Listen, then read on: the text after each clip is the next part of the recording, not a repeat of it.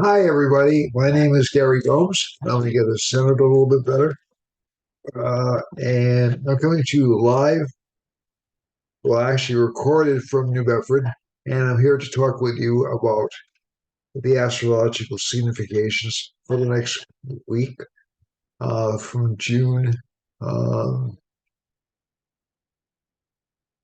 that's stuff and things, June 11th through June through next weekend. And also, I'm going to talk to you about the current state of affairs with um, in the nation, Vedic astrology, how it affects you and your astrological sign, and I'll also give you a brief backdrop on things to look out for around the world over the next week or so. One thing I will say I was surprised about because I hadn't been following the news about this item was I noticed last week there was and I'm getting this split off my head while it's still in my head, so I can go onto more projections. Is I noticed a really nasty line going over Massachusetts, the Northeast, affecting New York and all this other stuff. And I was unaware of the fires in um, Quebec last Friday or last weekend. So I think one of the things that we're seeing manifesting as a result of that particular combination I observed last week are are the fires and the increased air pollution that we're seeing as a result of the fires this week. So I think it's something is it's always good to admit when you're trying to get trying to increase accuracy, trying to understand exactly what that particular combination meant. And we're going to be seeing more of that over the next few weeks. So just to keep that in mind. And okay, so I'm going to go back to a little bit about myself. My name is Gary Gomes. I'm a Vedic astrologer. I've been a Vedic astrologer for 30 plus years. You can have readings with me. You can study with me. I can be contacted at 508 525 0001. I'm looking forward to doing some very exciting combined broadcasts with other astrologers and also hopefully with some projects with Saptarishi astrology over the next month, July 8th and July 9th, is the C.S. Patel tribute. I'll be speaking at that particular event. C.S. Patel is one of my favorite people in astrology, one of the people I respected most in astrology. He's passed on. And Sunil John is another one of the people I respect a great deal in astrology. And Sunil John is heading Saptarishi astrology right now. So these are people I'm honored to be associated with. I also have great friends and great colleagues from around the world that I love and honor very much. So I just wanted to say um, sometimes I don't say it often enough to people that I admire and respect, um, like my many students and my colleagues. But I honor and respect the great work you're doing on behalf of Vedic astrology, and I wish you all well. So let's go into the chart for this week. The first thing I want to lead off with. Oh, and by the way, if you want to get in touch with me, I have to keep remembering to put my sequences in a row because I don't edit these very much. I apologize for not doing that. I will be editing them more. I'm planning on getting a much more edit friendly system in the near future. And so these will be more refined and more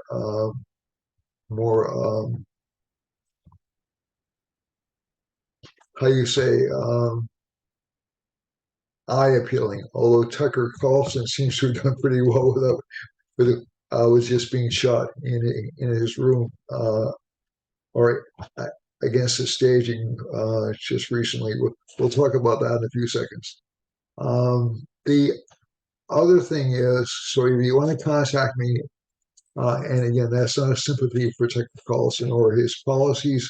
That's just an observation that if the person has enough um, weight or a loyal enough fan base, the production doesn't matter as much as the message. So I think that sort of proves that. Um, this past week, I think he debuted to 80 million views or something like that, somewhere in that area, which is more than the audience he ever gathered on Fox. So I think obviously a lot of it was curiosity to see how he would fare in the new medium. Um, and we'll see whether or not it has staying power. But I thought it was an interesting phenomenon. And we could see some big changes coming in media presentations. We've seen them coming over the past, 20 years or so, but I think we're going to continue to see those over the next 9 years or so. So let's go to the astrological map. That's the most important thing. And I'm going to talk about, obviously, I'm going to talk about the Trump indictments because I think that's a big news story. And talk a little bit about Ukraine, um, and also talk a little bit about um, politics and the economy, but not so much that I want that'll alienate everybody. And and you have to realize when I'm looking at these as astrological phenomena. I'm not looking at these um, as political position, although I do have very strong opinions about politics. I worked for um, government, um, gosh, pretty nearly my entire adult life. I also was interested in politics from a very young age. So to say I'm not interested in that at all would be a little bit hypocritical. Would be very hypocritical. But I also don't want it to interfere with other things. Okay. So I think when we're looking at the chart we're looking at right now, I'm going to make sure the screen shows up um, properly. Let me get the mouse over there and stop the share for the third time. And the reason I'm doing this is mainly because we have a planet in which objects disappear rather quickly of their own volition. We have this K2 in the first house at 8 degrees, 52 minutes of Libra. I use what's called a true node. This is really for astrology aficionados only, but basically, uh, true node corrects for subtle movements in objects that really aren't there. Ketu and Rahu don't exist in the sky. And mean node takes the average motion of these objects through the sky, which is a traditional Indian technique of measuring them. True node was introduced around I want to say around 1960. And I can't remember the fellow's name. I used to talk about him quite a bit. And he was a big fellow in Western astrology, a big person in Western astrology. Oh God, that's what really bothered him a lot. But he figured we could more accurately um, identify lunar eclipses. We used true. So true allows for things like, so the nodes are always going backwards. They're in contrary motion to the other planets. And I always found this interesting because of the fact that the nodes go backwards and Venus and the nodes are considered to be part of what they call the demonic or the Ashuric communities. Demonic's really not inaccurate. name for them. They have two types of entities um, in Indian mythology. One are the Devas, which are responsible for maintaining order, and the Asuras are responsible for disrupting order or for rebellion. And Venus is considered to be the teacher of the Asuras, and he rotates backwards on his axis compared to the other planets. So I always thought that was fascinating. That there was some kind of knowledge that these planets were that essentially Venus was different from these other planets in terms of the way it acted in the sky, and that will never change. Venus is always kind of a contrarian planet, uh, at least astrologically. And although it gets along, um, it does so because it really doesn't attack anyone.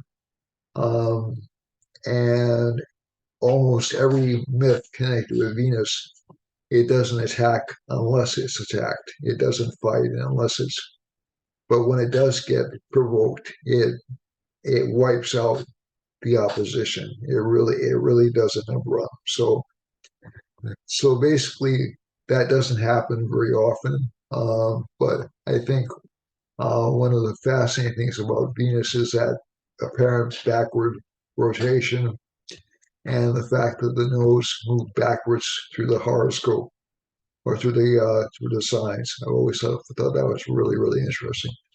The other planets will move backwards. When you see an underline on a planet, the sun and the moon never move backwards in the sky. Venus only moves backwards relative to the Earth because of its position to the Earth.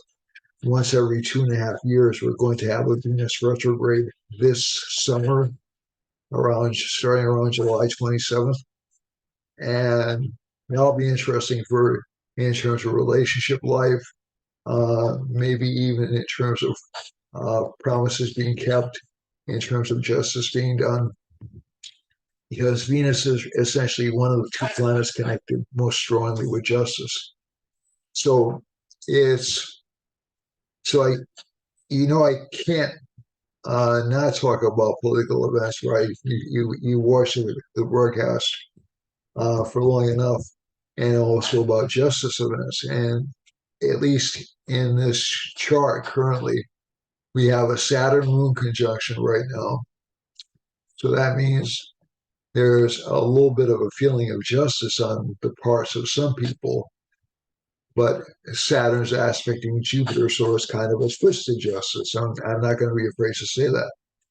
Venus is with Mars, and so it's a revenge kind of a justice. So essentially, what happened is just last night, the announcement was made that Donald Trump would be indicted for the um, keeping classified documents at Mar-a-Lago. Or not returning documents when he was told to return. And apparently, one of the, so we don't have the full extent of what the charges will be. But I think one of the things that's interesting about this is the Rahu Jupiter conjunction. Basically, any kind of um, criminal or legal activity which is undertaken at this time is going to be number one connected with scandal, number two done out of revenge or done for suspect motives. Okay, I'm going to say that without reservation. And also, since Saturn's influencing Rahu, the indictments are likely to be destroyed or attacked, extraordinarily vociferously. Mars is aspecting Saturn right now, so expect to see people being very um, critical, essentially, of both government, revenge, um, anger, and I don't think you're going to see this position change really very much. And I don't think you're going to get a really good idea of what's going on in these legal cases really until after the end of November. Okay. So there will be other charges brought against Trump, I'm sure, this summertime, especially when Venus is retrograde. Venus is, here we go to Donald Trump's charges quickly. I don't want to spend a lot of time on this. Let me go. And this is set for December 15th, but that doesn't matter. So we'll go to New Bedford, Mass. Now, again, this is regardless of the feelings you have for Donald Trump. I certainly a lot of the accusations being made against Biden um, are politically motivated as well. That's one thing I have to say as well. But no actual actions have been taken against Biden. No actual legal actions have been taken against Biden, and the distrust in the government will only grow over the next 6 or 7 months, in part because of these actions, in part because of other actions. So you're going to see a lot of discord because of the war in Ukraine, too. And that's mainly because, as I'm looking at this chart right now, we have Jupiter in the seventh house, which is connected with foreign countries, and Mercury's in the eighth house in this chart. It means hidden things about foreign lands. Okay. So the government is hiding certain things about foreign involvements. This has nothing to do with whether or not um, Russia is right or Ukraine is right. Obviously, I don't think there's any viable excuse to invade a country. Okay, so this has nothing to do with that. This has to do with governments telling the truth about things, and that's certainly the faith in our institutions is going to be really, really um, shook over the next 6 months or so. And I think we'll see a lot of I think unfortunately towards the end of the summertime, if not sooner, some violence because of it. Not necessarily just from Republicans or from Trump supporters, but from both sides. And I think you'll also see this happening in other governments around the world, not just in the United States. It's a little bit more brought into focus in the United States because the United States is, in my humble opinion, heavily under the influence of Rahu, both in his birth chart and in his current major planetary period. So, so essentially, you'll have a lot of um, disruption aimed at media, a lot of propagandizing all around the world, not just in the United States, all around the world. But if we get back to the idea that, and you'll see a lot of disruption. That's why Robert F. Kennedy's campaign is doing so well, when in theory it shouldn't be doing well at all, because he's a little bit unusual in terms of his belief systems, and he's a little bit, uh, uh, uh, he's running against an incumbent president. It's really fascinating some of the parallels we have right now between, um, let's say, the 1960s, but even the entire period from like around 1968 to 1980, because we have similar economic issues.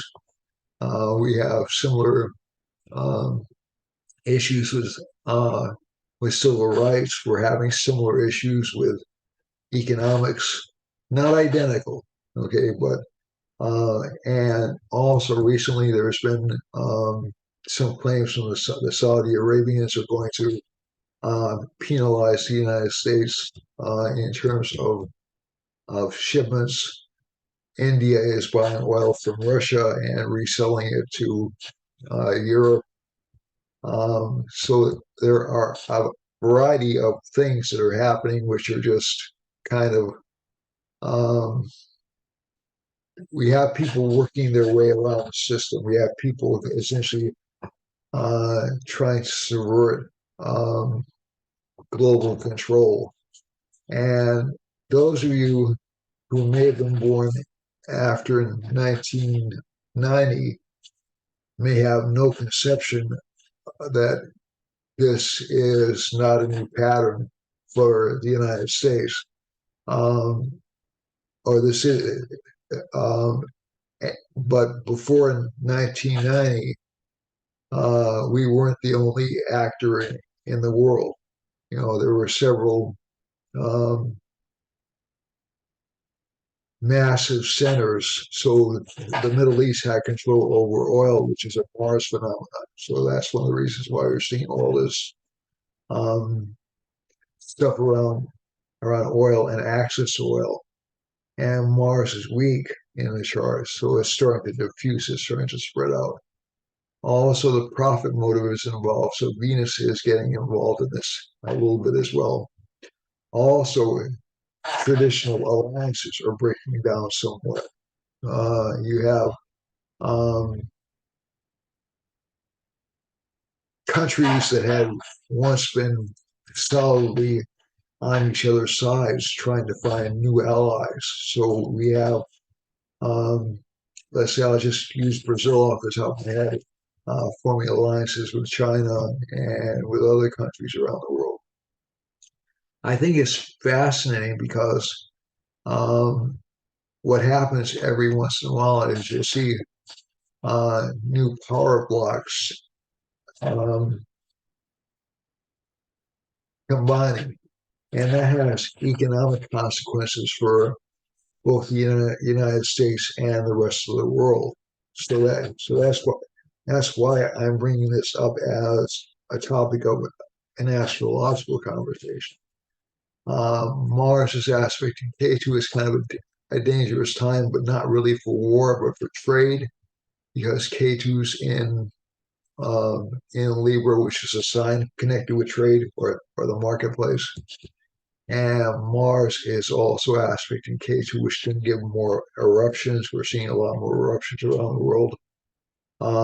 And I think that's one of the things you'll see. We're seeing a lot more freaky weather patterns, which may have to do with global warming, but if we're looking at these are causing schisms in the earth. These combinations are causing schisms in the sea. So we have some water-based volcanic activity happening, and also some fires. Mars K2 will always give unexpected fires. Um, and I just think it's fascinating. Mercury rules the northeast, so it's in Venus' sign, which is uh, in and Venus is in the same sign with Mars, so that's one of the things that's causing the fires in Quebec.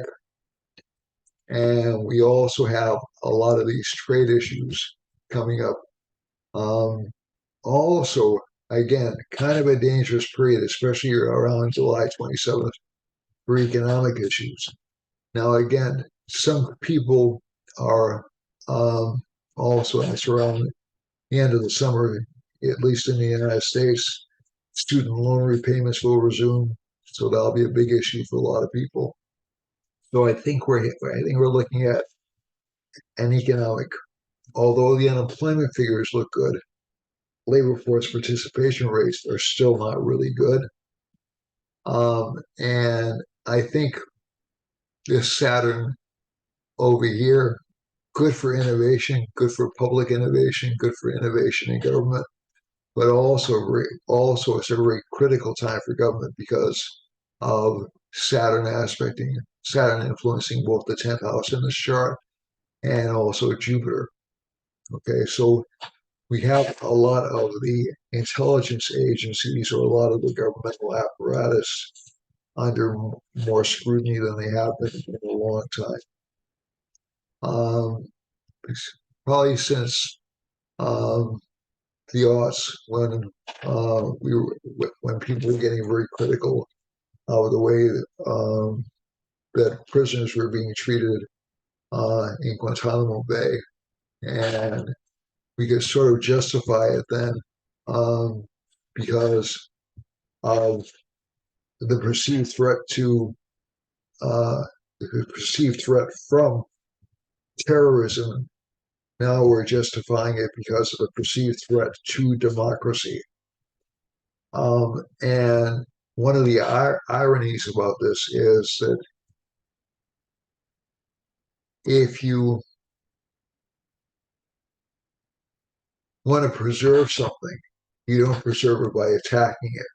It's really, there has to be some level of trust that people can make up their own minds and they'll choose intelligently. And one of the risks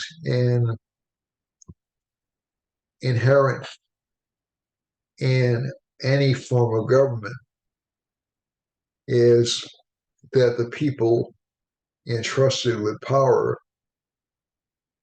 will abuse that power. So if you have a democratic system, there are risks involved in a democratic system. There are risks involved in any system, but there are risks involved in a democratic system in that you have you can have a mass um, outpouring of belief which really isn't good for the country long term.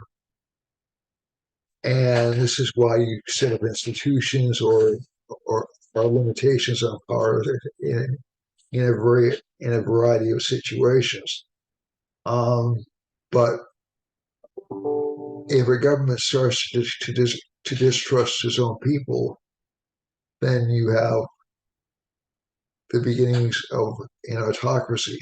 And an autocracy doesn't have to come just from the right. Okay, it can come from the right, but it doesn't just have to come from the right. So I think this is going to be a balancing act over the next few weeks. Let me just look at Donald Trump's chart really quickly. So one of Trump's worst houses is Cancer, worst signs is Cancer. Okay, so I'm going to just show you that quickly.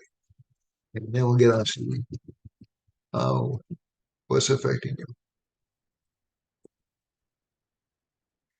It's one of Biden's best sons because Biden has exalted um, Jupiter in Cancer. But he's going through some problems too right now because he has Mars right over his natal Cancer. So let's go to Donald Trump's chart just quickly. So if you look at Donald Trump's chart,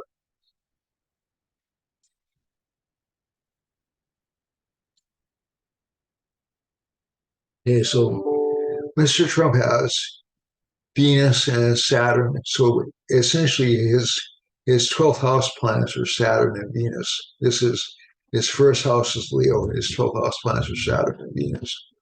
Um, so this is a temporary blockage for Trump, but it'll last for at least for another 4 to 5 months. And again, he's in Jupiter Mahadasha, Jupiter, Mercury, Jupiter, Rahu. So he's in this, and he's in this Jupiter. It'll be in a Jupiter, Mercury, Saturn period throughout. Gosh,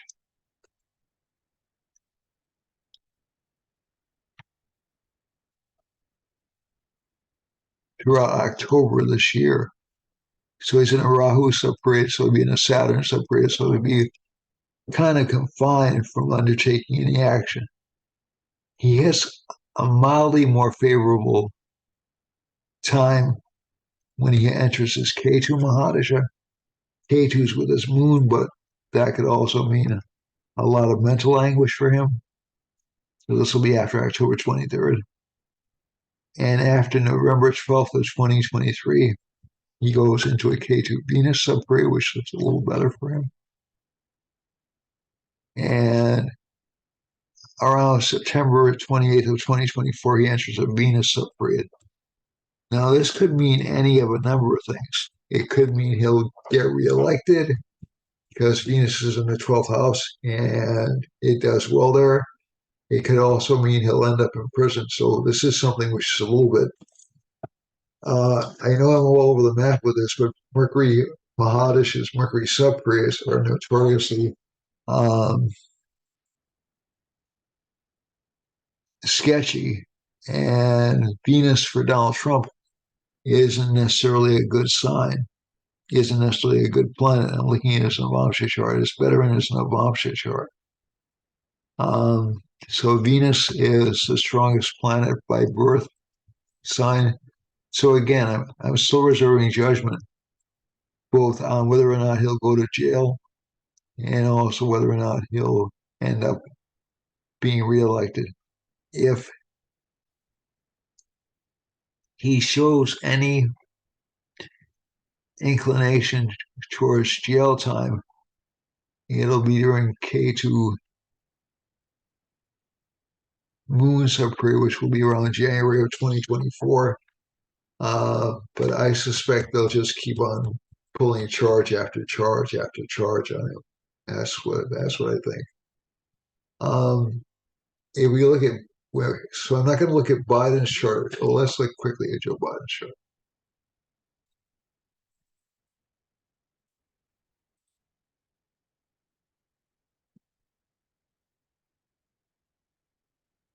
Just really, really quickly.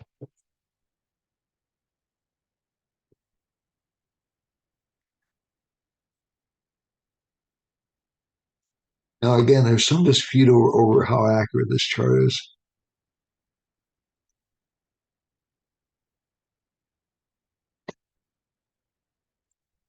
Okay, but he's in a Saturn, looks like a Saturn Mercury separated. So Saturn's not really a good planet for him either. Saturn's in his seventh house of open enemies, and that lasts really until September 25th of 2025. And this is also a very dangerous period for his health, okay, and also for his wife's health. So I'm not wishing that upon anybody, but this period over here makes him very vulnerable to opponents. I said that Saturn in his chart, that Jupiter in his chart is very good, and it is with Saturn, but Jupiter's aspected by Saturn. Um, he got elected during a Jupiter Mahadasha, and Saturn is, by definition, a planet of old age. It's really not. So a lot of the attributes we see being described to Joe's chart are really quite present, or being ascribed to Joe are really quite present in his chart. He is a bit weak. I mean, from his chart, he is a bit weak. He is a bit close. He is in danger. Uh, he is in physical danger right now. Okay. Now that's not from assassination. That's from health issues. So I think one of the things you have to look at whenever you look at charts like this is um, Saturn's in the seventh house, which is a house of open enemies. And as a matter of fact, his fortunes seem to have um, gone down since he entered this Saturn Mahadasha on this, and they should continue to go downward until, enter a Mars period. Mars is in its 12th house of loss too, like Venus is in Trump's 12th house of laws. So it doesn't look likely to me that either of them have good shots at being president or being reelected president. But we'll see what happens. Okay.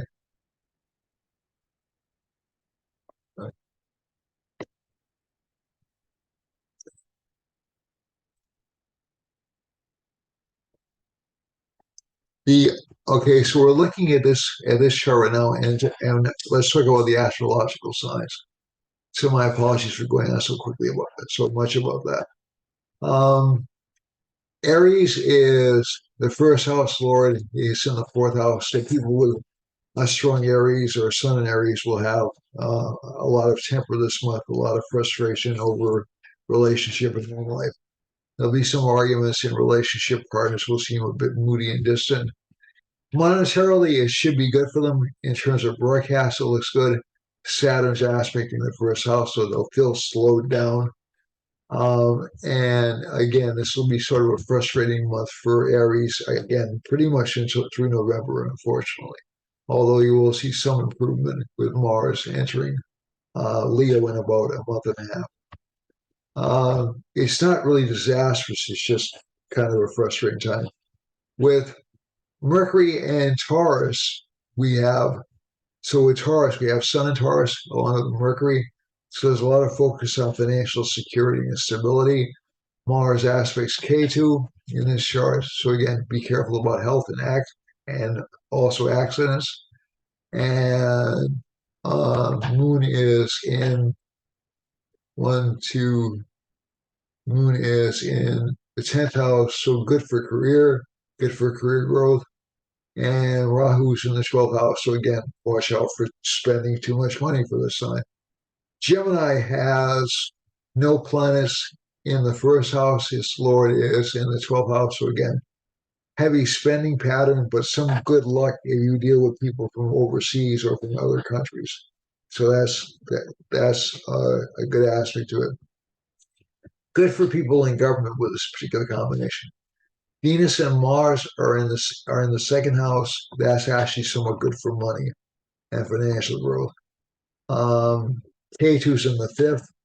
People with this combination will have some problems with children and also, let me see, siblings. Siblings will have, um, there'll be some arguments with siblings for Taurus. For in terms of overall luck, it looks good. For Gemini rising, Gemini has Venus and Mars in the second house, third house. Looks like siblings will have losses. Um, K2's in the fourth house. There'll be some emotional stress and strain to individuals. Jupiter's in the 10th, so good for career spurts, growth in career.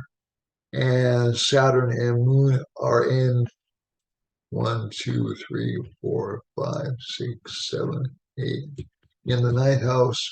So good for career growth, but on a slower level. Cancers have Venus and Mars in the first house. Typically, that makes this sign a little bit lucky in finances, lucky in work, lucky at home life, but a little bit emotionally overwhelmed because this sign likes to be generous and happy. Venus in the first house supports that, but the other planets don't. K2's in the fourth house, and Jupiter and Rahu are in the 10th house, so there's some dissatisfaction with career. Saturn and Moon are in the 8th house. That does give more problems with relationship partners, being moody and difficult, and that'll last for a while.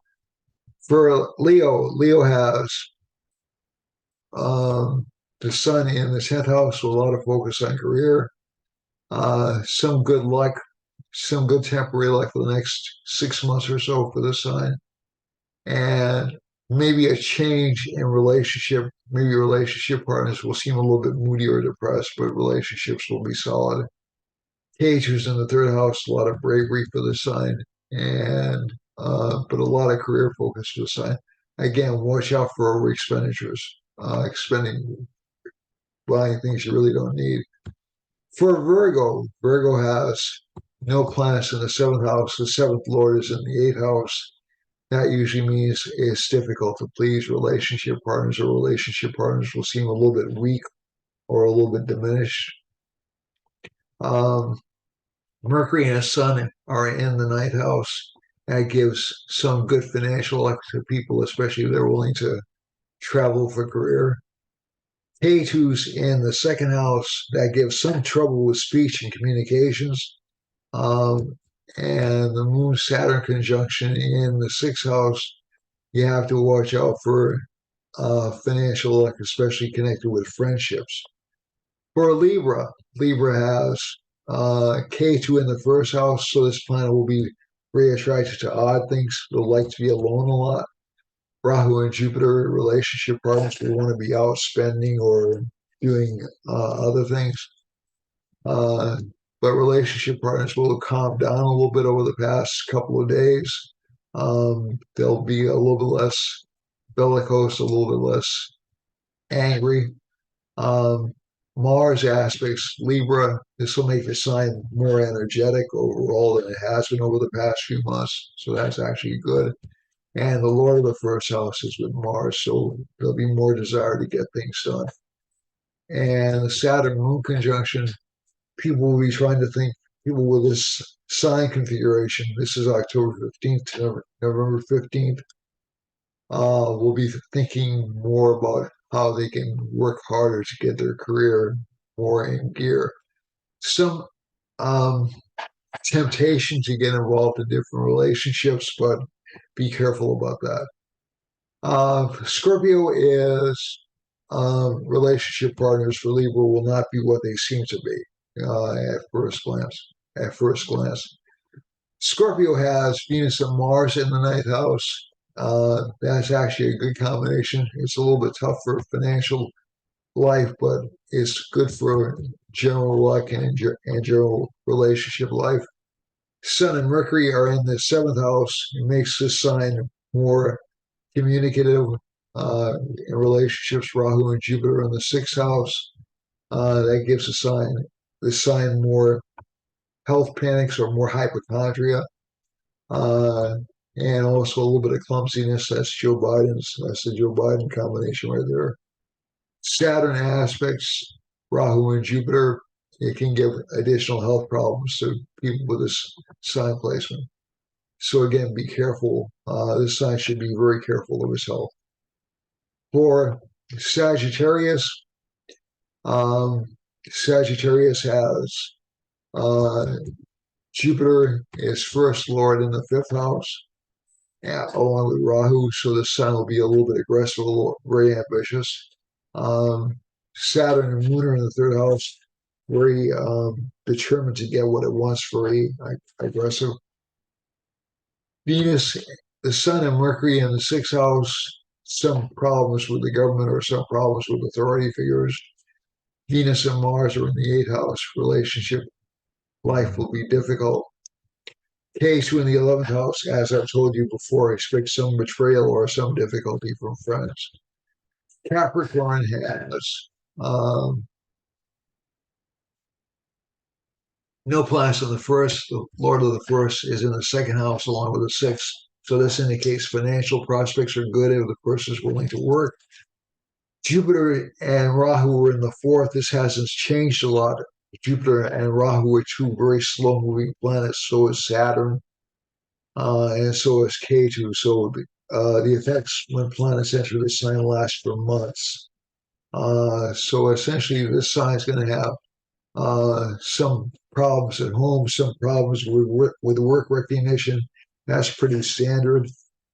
This is nothing new, but it will have a lot more fire in the belly because of Venus and Mars in the seventh house, and Sun and Mercury in the fifth house. It will have more luck in presenting itself and its options to people around the world. So I think you'll see some improvement overall for this sign in terms of career aspirations and career luck over the next few months. For Aquarius, we have a Saturn Moon conjunction, so there's a lot of focus on defeating enemies and overcoming enemies. Jupiter is the Lord of the second house, so this is showing desire to accumulate money, which is somewhat frustrated. Sun and Mercury are in the fourth house, so there's a lot of focus on home life and on and on I'm sorry about that, and spending money for food for relationship partners. Eighth house has nothing in it. Ninth house has K2 in it, so there'll be unexpected changes in luck and unexpected new responsibilities, maybe new assignments you didn't see coming, new chances for promotion. Oddly enough, K2 is like a flag. New teachers, new interests in education. So overall, not a bad week for Aquarius, but again, the Saturn moon, it'll make it a little bit depressed this week. It'll make it feel a little bit restricted. For Pisces, Rahu and Jupiter in the second house. So again, this is impatience with financial luck. For Mercury and Sun in the third house, a lot of courage, a lot of ambition. Venus and Mars are in the fifth house, so there should be improved relationships with children and also improvement in terms of financial growth. And we have Case in the eighth house, so more interest in occult subjects or metaphysical subjects. And Saturn and Moon are in the 12th, so more interest in travel for this sign. So let's go quickly to the time and space chart. Astro mapping. Let me see if I can make it bigger. Oops. I didn't want to do that. Sorry about that, folks. Now let's do this. Oh, yes, and it worked. How wonderful. Okay, so the first thing we notice here is, so this is where we look for events around the world. So we have Venus close to Mars in the Hawaiian Islands. So there have been continuing eruptions over there over the past few months. And Mercury is passing over Alaska, excuse me, and close to the west coast of Canada. And we have hitting the sun hitting the west coast. So there have been some efforts recently to split it. I believe it's Oregon into to make it become part of Idaho. I've mentioned this before.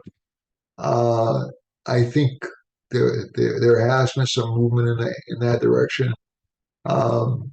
Government overall in Western states looks like it's a little bit difficult to deal with, a little bit oppressive.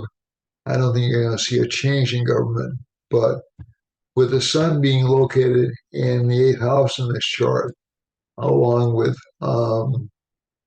Mercury, we could see some Earth events over in this part of the world, like even some possibility of because the sun is in Venus's sign and it's located with Mars, possibly some volcanoes, and there has been increased activity in Yosemite lately, so we'll have to watch out for that.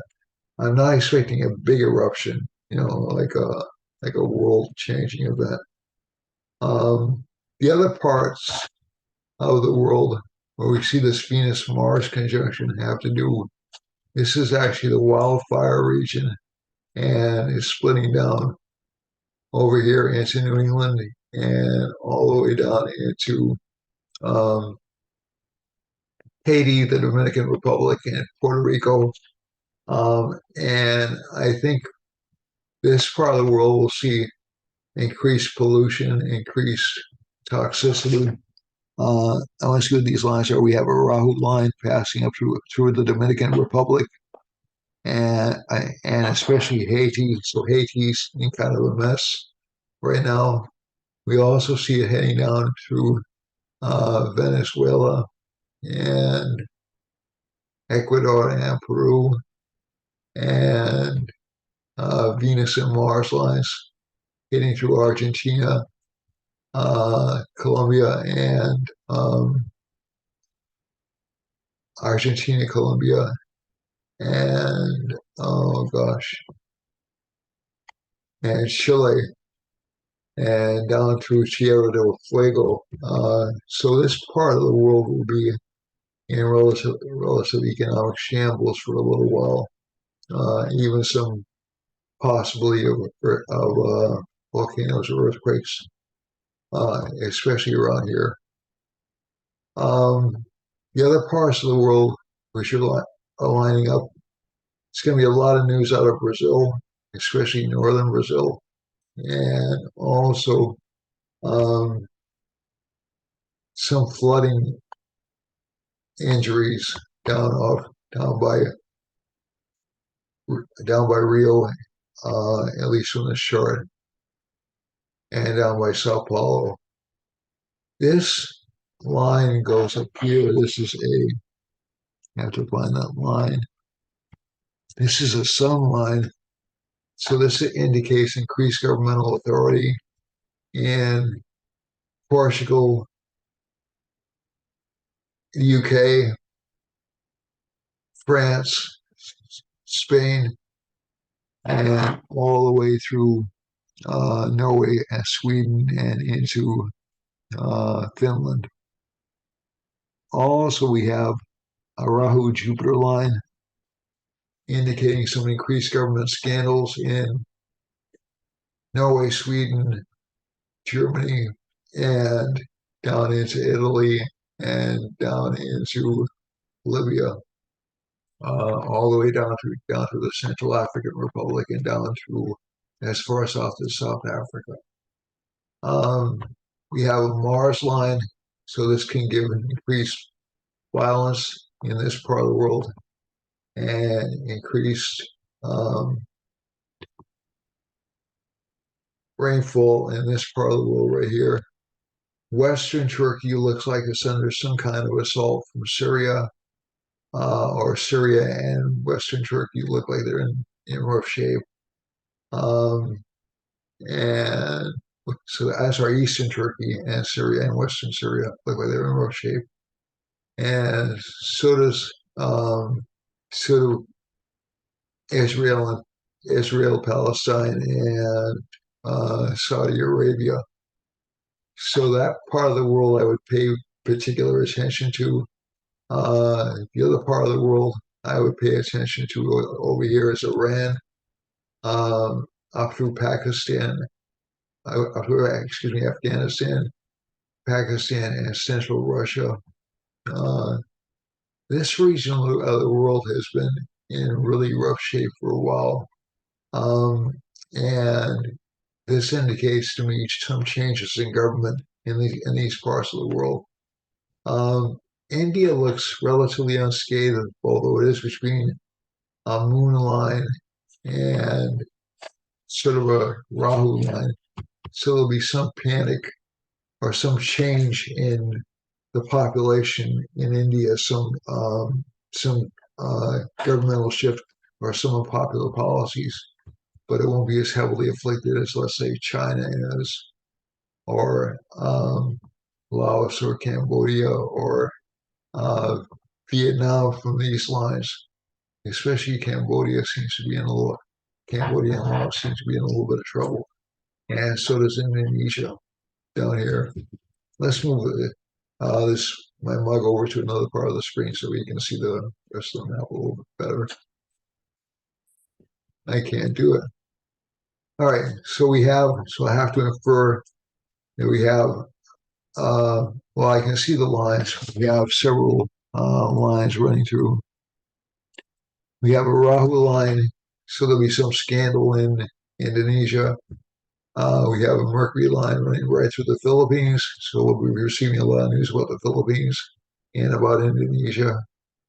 And also Australia. Australia is going through um, some political trauma right now.